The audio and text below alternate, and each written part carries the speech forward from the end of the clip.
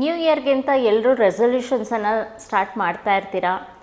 ಯಾವುದೇ ರೆಸೊಲ್ಯೂಷನ್ ಮಾಡಿಕೊಂಡ್ರು ಸ್ಟಾರ್ಟಿಂಗು 1 ವಾರ, 10 ದಿನ, 15 ದಿನ ಇರುತ್ತೆ. ಆಮೇಲೆ ಅದು ಹಾಗೆ ಸ್ಲೋ ಡೌನ್ ಆಗ್ತಾ ಹೋಗುತ್ತೆ.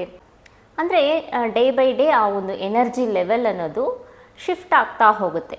ಅದರಿಂದ ಏನೇ ನಾವು ಡಿಸಿಷನ್ ತಗೊಂಡ್ರು, ಯಾವುದೇ ಒಂದು ಪ್ಲ್ಯಾನ್ಗಳು ಮಾಡಿದ್ರು, ದಿನ ಕಳೀತಾ ಕಳೀತಾ ಆ ಎನರ್ಜಿ ಡೌನ್ ಆಗಿಬಿಡುತ್ತೆ. ಅದು ಪ್ಯಾಟರ್ನನ್ನು ಬ್ರೇಕ್ ಮಾಡಬೇಕು. So my power is enhancing day by day.